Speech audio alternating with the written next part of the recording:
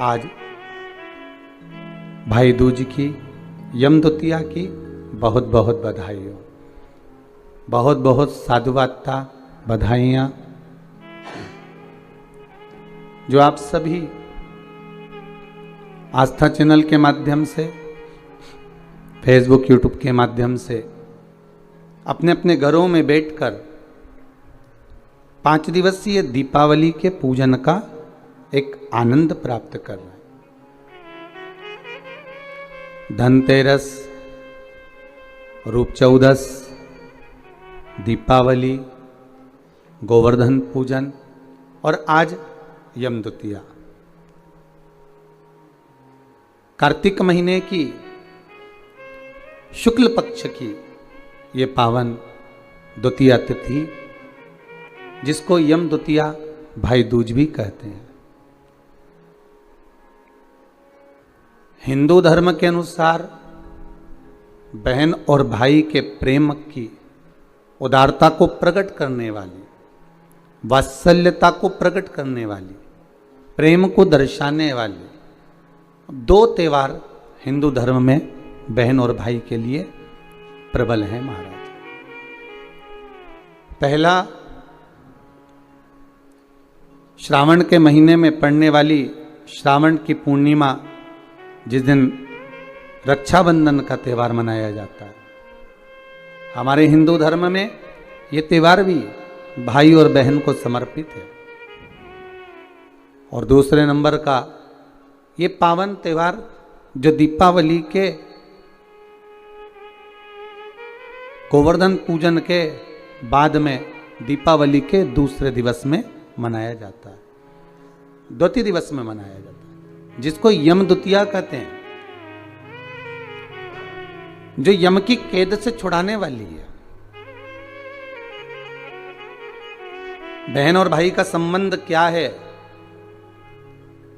केवल एक यमुना मैया और यमराज से ही हमें सीखना नहीं है, हमें भगवान औघड़दानी, त्रिकालदर्शी, कैलाशी शिव और माता क्षिप्रिया से भी सीखना है।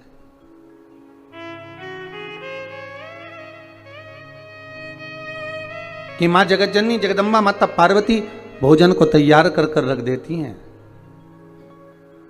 और भगवान शंकर की बहन क्षिप्रिया जी आती हैं और उस भोजन को ले जाकर नंदीवर को, श्रृंगीवर को, भृंगी को, आदिकादिक को ले जाकर खिला देती हैं।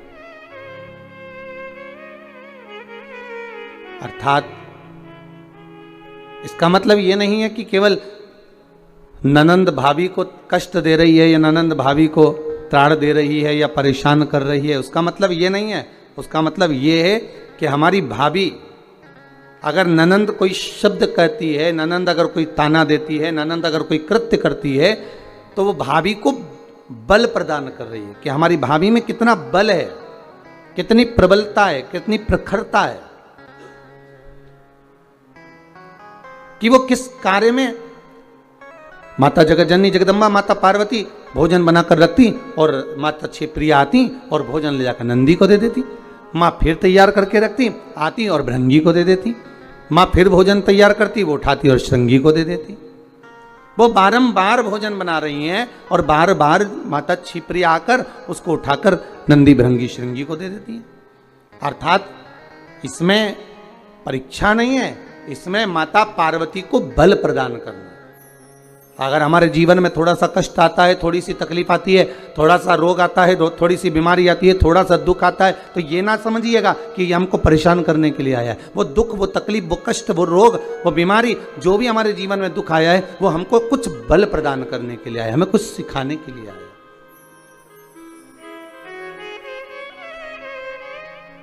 महाराज, संसार का कोई मानव, हमारे अपने संबंधी हो, रिश्तेदारों, नातेदारों, कुटुंब वाले हो, कबीले वाले हो, ये अगर हमको कुछ कह रहे हैं, हमको कुछ ताने दे रहे हैं, हमको अपशब्द कर रहे हैं या हमारे ऊपर कमेंट्स कर रहे हैं, हमारे ऊपर कुछ कह रहे हैं, तो ये हमको बल प्रदान कर रहे हैं, हमको सिखा रहे हैं।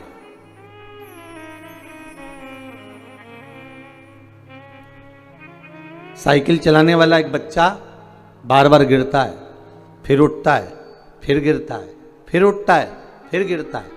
अब उसको अंदाजा लग जाता है कि मैं क्यों गिर रहा हूं, कारण क्या है, तो उस कारण को जानकर उस साइकिल को फिर वो धीरे से चलाने का प्रयास करता है। घर में जो ननंद होती हैं, भाभी से आत्मीय प्रेम होता है, ऐसा नहीं कि भाभी से द्वेष रहेगा, प्रेम भाव। वो भी चाहती हैं कि इनमें बल प्राप्त हो, इनको बल प्राप्त हो, जिससे ये आने वाले समय को एक सम्मुख में चुनौती के रूप में लेकर चलें, बल प्राप्त। महाराज कितना सुंदर भाव कहा है भगवान शिव। आप सभी ने शिव महापुराण में तो पहले भी श्रवण करा है। आज भाई दूज की कथा है। भैया दूज के अवसर पर यदि हम हमारे शंकर अवघड़दानी और उनकी बहन की बात ना करें तो शायद श्रेष्ठ ना हो। इसलिए कथा के माध्यम से शिव और छिप्रिया की कथा निकली है, तो भाव से अपन उसको भी श्रवण करें।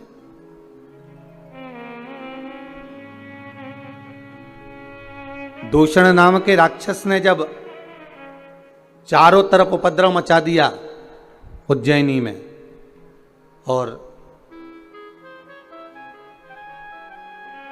उस अवंती का पुरी में, उस उज्जैनी में जब चारों तरफ उपद्रव मच गया, जहां तहां चारों तरफ ब्राह्मणों के बच्चों को लेता और दूषण नाम का राक्षस निचोड़ निचोड़ कर पीने लगा रक्त को।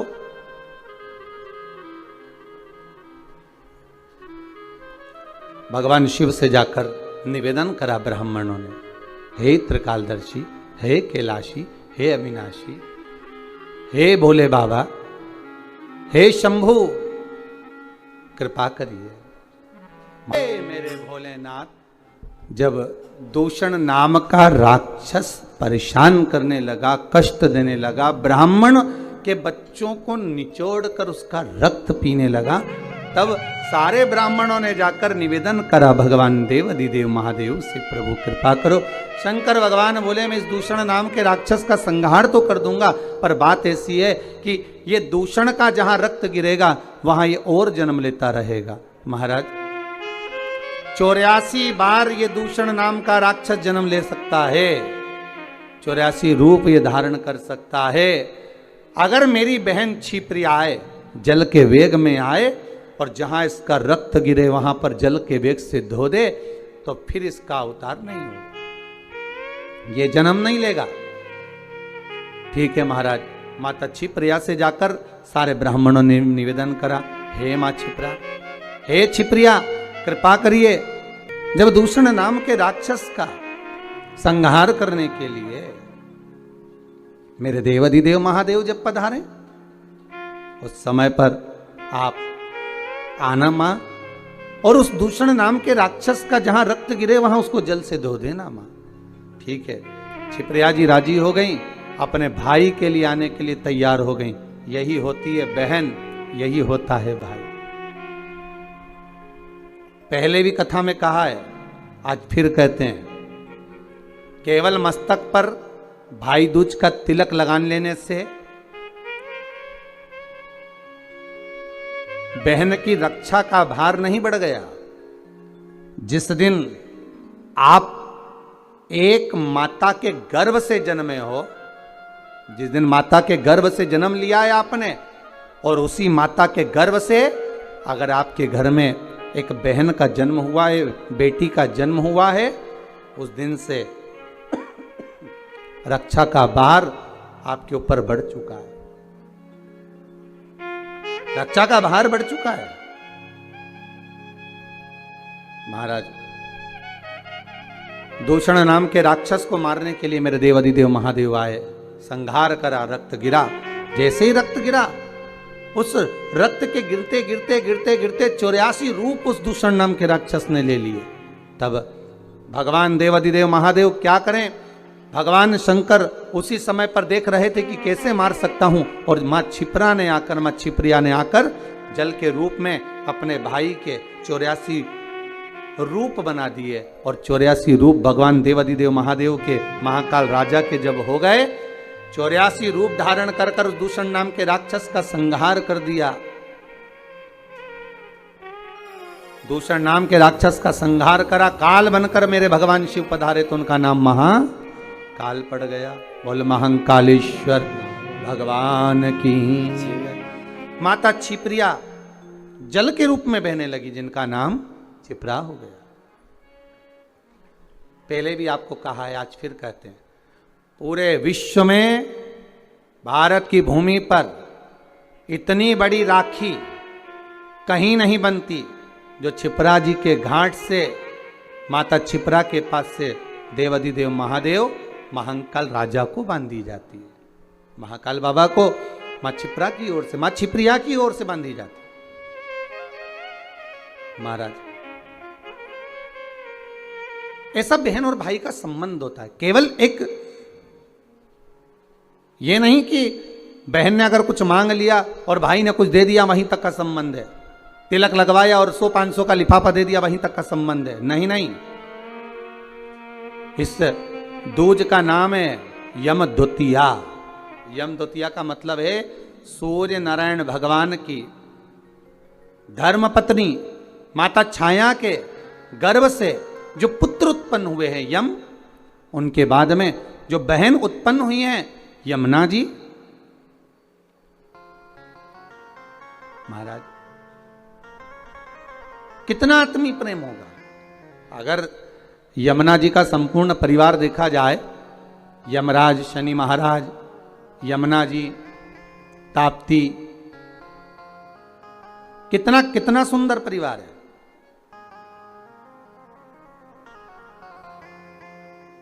एक बार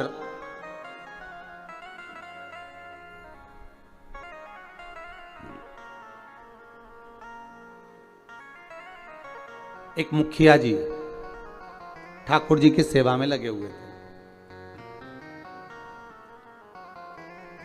और ठाकुर जी की सेवा में लगे लगे मुखिया जी भगवान से रोज लाड़ लड़ाते, ठाकुर जी का रोज श्रृंगार करते, ठाकुर जी को नए नए वस्त्र आभूषण धराते, सुंदर सामग्री सिद्ध करके भगवान को सामग्री धरा देते, बड़ा सुंदर साज सजाते।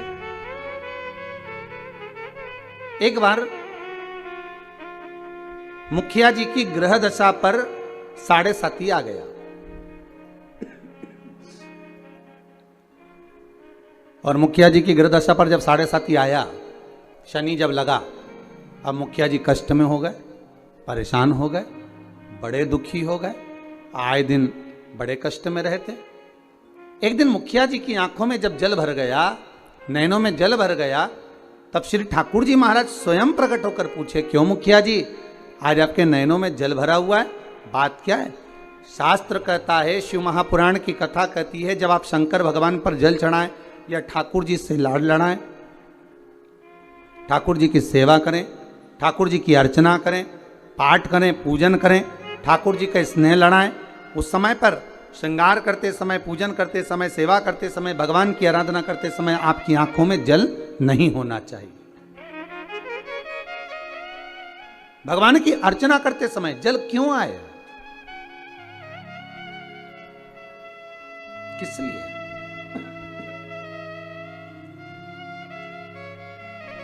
उस जल की महत्वता क्या?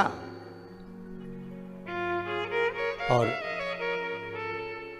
महाराज मुखिया जी बोले, ठाकुर जी समझ में नहीं आ रहा, आज तो शरीर में कष्ट बहुत है और मन में मानसिक टेंशन बहुत है।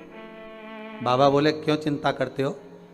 झारी जी में से यमुना जी को प्रकट करा मेरे ठाकुर जी ने, और यमुना जी को प्रकट कर मेरे ठाकुर जी बोले, यमुना आज आप मुखिया जी जब झारी जी भर रहे थे, आपका श्रृंगार कर रहे थे, ऊपर से वस्त्र ओढ़ा रहे थे, तब आपको मन में है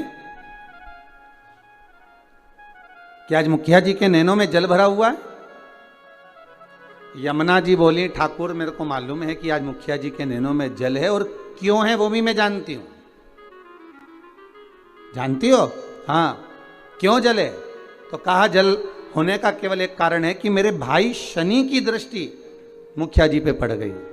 ओहो, 7.5 वर्ष तक रहेगी।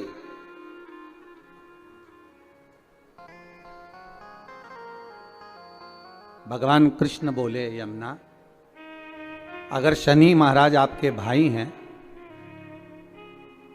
हमारे तो साले हैं, यदि बहन बोले तो क्या भाई मानेगा नहीं? बोलो प्रभु क्या चाहते हो? बस जाओ और शनि महाराज से कहो, जो ठाकुर जी से लाड लड़ाए, जो भगवान की सेवा में डूबा रहे, जो भगवान की भक्ति में सदा डूबा रहे, उस पर कभी न 7.5 लगे न ढैया लगे। शनि की कुदृष्टि उस जीव पर नहीं पड़ना चाहिए।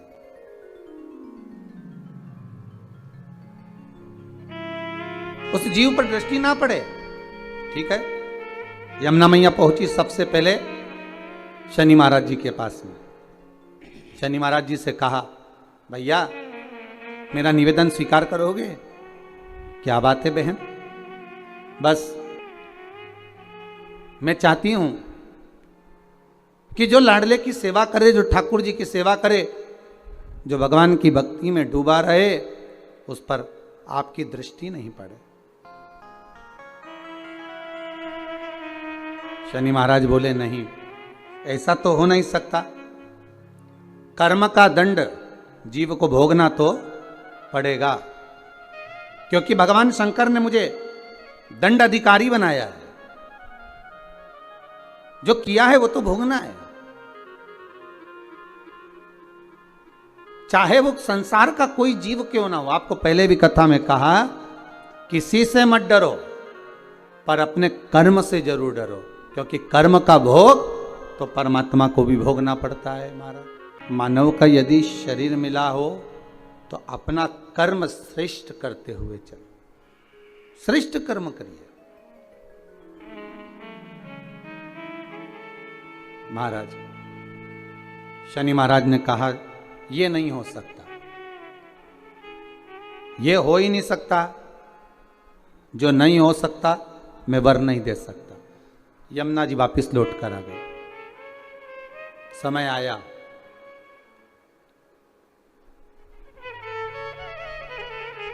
कार्तिक का महीना था। यमुना जी इससे पहले शनि महाराज के पास बारंबार जा चुकी हैं।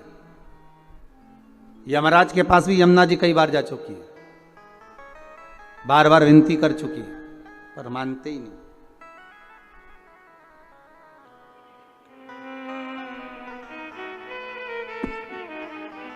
कार्तिक का महीना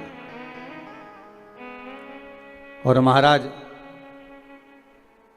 द्वितीया तिथि शुक्ल पक्ष की।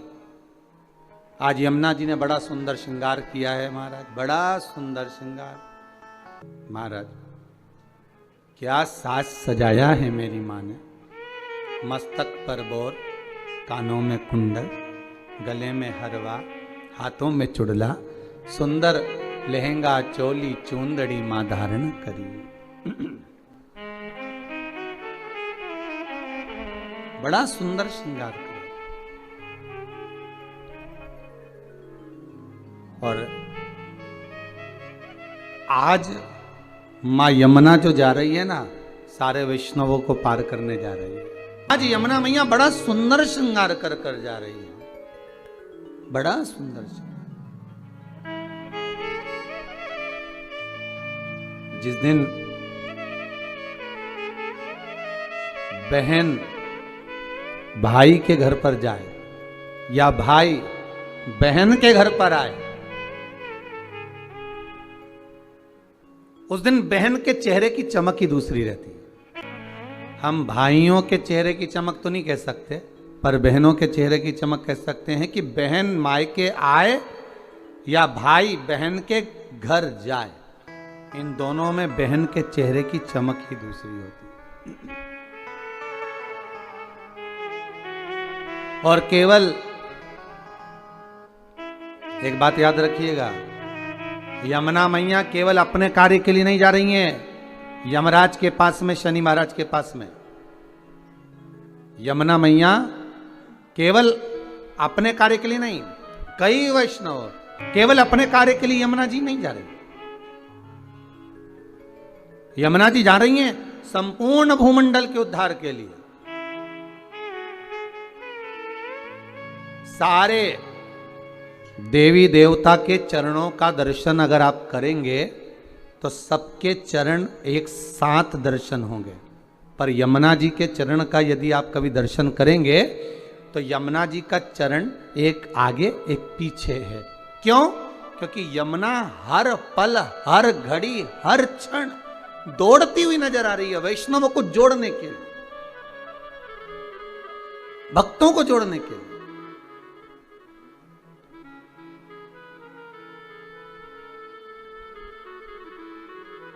यमुना मैया हर पल हाथ में माला लिए दौड़ती हुई नजर आ रही है कि मेरे वैष्णवों को मुझे इस माला में पिरोना है, मेरे वैष्णवों को मुझे जोड़ना है, भक्ति के धागे में जोड़ना है, प्रेम के धागे से जोड़ना है। भागती नजर आ रही, इतनी सुंदर श्रृंगार कर कर मां यमुना चली है, बड़ी सुंदर। महाराज जब बड़ा सुंदर श्रृंगार कर कर पटरानी यमुना जी चली, बीच मार्ग में भगवान कृष्ण मिल गए, मेरे ठाकुर जी प्राप्त हुए। ठाकुर जी ने पूछा यमुना कहाँ जा रही हो? यमुना जी कह रही हैं उस दिन गई थी शनि महाराज के पास में पर वर प्राप्त नहीं हुआ था। आज कुछ ऐसा करने जा रही हूं जिससे मेरे दोनों भाई मेरे दरवाजे पर आकर मुझे वर देकर जाएंगे, ये मुझे विश्वास है।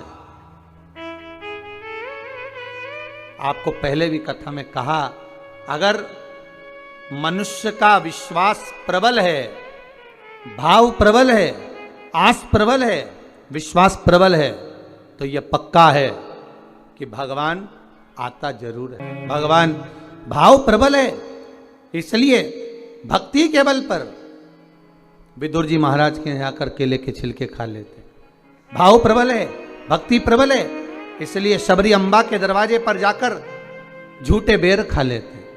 भाव प्रबल है, भक्ति प्रबल है, इसलिए कर्मा जी के घर पर जाकर खिचड़ी खा लेते।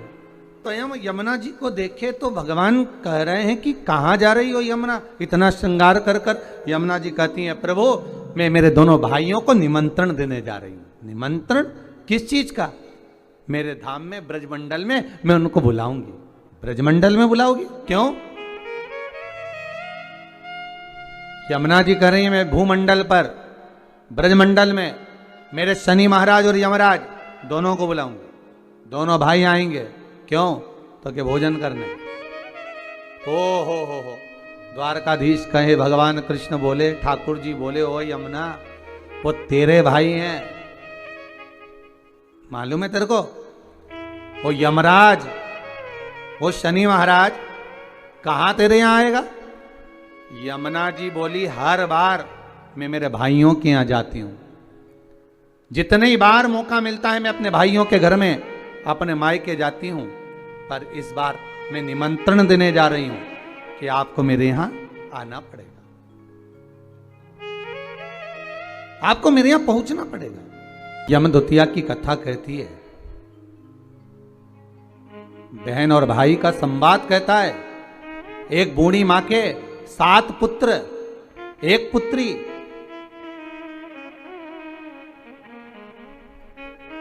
और श्राप लगा था उस बूढ़ी मां के यहां कि तेरे घर में जितने बेटे हैं इनका जब विवाह होगा तो इनको सांप डसेगा, इसको मरना पड़ेगा। बहन बड़ी दुखी है।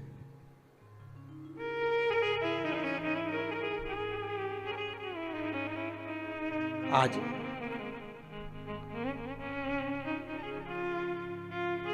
6 भाइयों को सांप डस चुका था, 6 भाभियां विधवा हो चुकी थी, वैधव्य हो गई थी, केवल एक भाई बचा। मां ने कहा बेटा बहन के घर चले जाओ, दूज का तिलक लगवा कर आओ, जाओ। भाई जाए, बहन को सूचना मिली कि मेरा भाई आ रहा है और एक ही भाई बचा है, अब तो शादी होती है सांप डस लेता है, क्या करूं? भाई का आदर करा, सत्कार करा, सम्मान करा, भाई गया, बहन प्रसन्न हुई, पर चिंता एक ही व्याप रही थी कि एक भाई बचा है और उसको भी सांप डसेगा विवाह में। आया समय, शादी पक्की हो गई, विवाह पक्का हो गया, पर मां को भी चिंता और बहन को भी चिंता कि सांप आएगा और उसको डसेगा शादी में। बस विवाह होकर आती है बहू और सांप डस लेता। बहन के मन में जब भाव प्रकट हो गया तो विवाह का दोष मिटाया कैसे जाए, मन में आ गया एक काम करती हूं, जहां मेरा भाई जाएगा, भाई का जहां पूजन होगा उस जगह पर सबसे पहले पूजन बहन का होगा। बहन भाई का स्वरूप धारण कर कर चली, जहां भाई को खड़ा करते बहन वहां खड़ी हो जाती। बारात चलते चलते पीपल के पेड़ के नीचे रुकी तो भाई से कह दिया धूप में खड़े हो जा, मैं बैठूंगी इस पीपल के पेड़ के नीचे। लोगों ने कहा कहां धूप में दूल्हे राजा को खड़ा कर रही हो? नहीं नहीं नहीं, ये धूप में खड़ा होगा, छांव में मैं बैठूंगी। फेरे में भाई बैठा तो बहन कहती है पहले फेरे में मैं लूंगी, पहले फेरे में बैठूंगी। जितने कार्य होते गए बहन अग्रण्य रहती रही। समय आया जब बहू घर में आ गई, सर्प डसने के लिए घर में प्रवेश कर गया। आज भाई को हटाकर बहन उस स्थान पर बैठ गई जहां पर सर्प डसने आ रहा था। बहन को देखा, सर्प ने भी जान लिया कि आज अगर इस भाई को बचाने वाली है तो ये बहन ही है। भाई को बचाने वाली कोई दूसरी नहीं, यही बहन है। आज मां यमुना भगवान कृष्ण से कह रही है अगर मैं मेरे भाइयों को निमंत्रण देने जाऊंगी, शनि महाराज और यमराज को निमंत्रण देने जाऊंगी, हर बार मैं जाती थी, अब की बार मैं केवल मिलने नहीं, मैं निमंत्रण देने जा रही हूं कि मेरे भाई आएंगे मेरे यहां, मुझे विश्वास है मेरा भाई पहुंचेगा मेरे यहां, ये मुझे भरोसा है। महाराज अगर विश्वास प्रबल है तो परमात्मा आता जरूर है। विश्वास प्रबल है, परमात्मा क्यों ना आएगा? आया। पहुंच गई यमुना मैया सीधे यम द्वार। भाभी खड़ी थी दरवाजे पर। जैसे ही देखा भाभी ने हाथ जोड़कर निवेदन करा, जीजी आई है। क्या बात है यमुना जी, कैसे आना हुआ दीदी? बस भैया को निमंत्रण देने आई हूं मैं। अच्छा, किस बात का? बस कार्तिक महीने की शुक्ल पक्ष की द्वितीय तिथि है, मैं चाहती हूं उस दिन मेरा भाई मेरे दरवाजे पर आए। यहां तो निमंत्रण दिया, पहुंच गई शनि महाराज के यहां, वहां भी भाभी दरवाजे पे खड़ी थी। आवाज लगाई, भैया आए। क्या बात है बहन यमुना, क्या चाहती हो? यमुना जी कहती हैं भैया आपको निमंत्रण देने आई हूं, आपको आना पड़ेगा मेरे यहाँ। ठीक है। दोनों भाइयों ने, यमराज और शनि महाराज ने विचार कर लिया कि बहन के घर जाना है। सालों से बुलाती बुलाती थक गई थी यमुना मैया, पर नहीं आए। रोज निमंत्रण करती थी, नहीं आए। पर आज जो निमंत्रण दिया गया है, आज जो निमंत्रण करा गया है, वो निमंत्रण यमुना जी ने दोनों भाइयों को बुलाने के लिए किया गया। आइए। और आए शनि महाराज और यमराज स्वयं पधारे ब्रजरज में, ब्रज की भूमि पर, ब्रजमंडल में। जैसे ही भोजन करने के लिए बैठे, बहन ने तिलक करा। तिलक करा तो यमराज पुकार कर बोले, शनि महाराज और यमराज, जी जी बोल तुझे क्या चाहिए? इतने में यमुना जी की आंख से अश्रु की धार बह रही, अश्रु की धार। महाराज, एक भाई की पूंजी, एक बहन की पूंजी ही प्रेम है, स्नेह है। अश्रु की धार बह रही है। मांग बहन क्या चाहिए? यमुना जी कहती हैं बस भैया कृपा कर दे, दोनों भाई से एक ही वर मांगती हूं, जो यम द्वितीया के दिन इस यमुना जी के जल में स्नान करेगा वो सारे बंधनों से मुक्त हो जाएगा। यमराज कहते तू इतना सा मांगती है यमुना, मैं तुझे वर देता हूं। यम द्वितीया के दिन जो भाई अपनी बहन के हाथ से मस्तक पर, भाल पर तिलक करवाएगा, वो यम की कैद कभी नहीं जाएगा, ये वचन देता हूं तुझे। शनि महाराज ने कहा बहन मैं तुझे वर देता हूं, वचन देता हूं, जो यम द्वितीया का तिलक अपने मस्तक पर धारण करेगा, यम द्वितीया के दिन जो बहन के घर का भोजन ग्रहण करेगा, उसको कभी ना 7.5 लगेगा, ना कभी ढैया लगेगा। जो बहन के घर का यम द्वितीया का एक निवाला भी ग्रहण कर लेता है, उसे ना कभी 7.5 सताता है, ना कभी ढैया शनि सताता। मैं तुझे वर देता। आज वही यम द्वितीया की आप सभी को बहुत बहुत बधाई हो। माँ यमुना आपके जीवन का कल्याण करे और दीपावली की जो 5 दिवसीय पूजन आप कर रहे हैं उसमें जो पूजन आपने थाली में रखकर करी है, जिसमें 2 सिक्के चांदी का और अपना सादा सिक्का रखकर उसको बांधकर जो पूजन करी है, उसी थाली में वापिस आज 1 कमलगट्टा, 1 हल्दी की गठान, 1 अमरबिल का टुकड़ा और घी के 5 दिए लगाइए। माता लक्ष्मी को पूजन कर कर कंकु, हरौली, हल्दी, मौली, चंदन, चावल, मेहंदी, अबीर, गुलाल, लाल पुष्प आदि से पूजन कर कर माता की आरती करिए भोग लगाकर, और अच्छा मुहूर्त देखकर, लाभ और शुभ घड़ी को देखकर झोली पे सार कर अपनी माता लक्ष्मी को प्रणाम कर कर माता से निवेदन करो, हे माँ अब आप हमारे घर के अंदर, हमारे भवन में सदा विराजमान रहो। और माता को अपनी झोली में वो 2 सिक्के जो रखे हैं उसको झोली में डाल लीजिए। 1 कमलगट्टा, 1 हल्दी की गठान, 1 अमरबिल का टुकड़ा अपनी झोली में डाल लीजिए और वहाँ से चौकी को, पाटे को हटा दो, थाली को हटा दो और थोड़ा सा हाथ में जल लेकर वहाँ पर पोंछा फेर दो। और जो झोली में आपके सिक्के रखे हैं, अमरबिल, कमलगट्टा, हल्दी की गांठ जो रखी है, उसको सिक्के के साथ एक डब्बी में या एक वस्त्र में अपनी तिजोरी, अलमारी में जो शुभ घड़ी है उसके अंतर्गत लक्ष्मी जी का नाम लेकर रख दीजिए।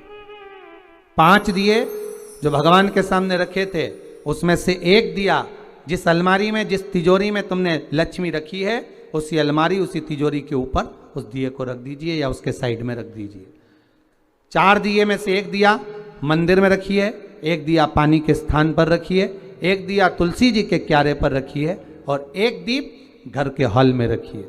महाराज ऐसे 5 दियों का स्मरण करते हुए माता लक्ष्मी का स्मरण करिए। द्वार पर थोड़ा सा पीला चावल डालकर अंदर की ओर प्रवेश कर लीजिए।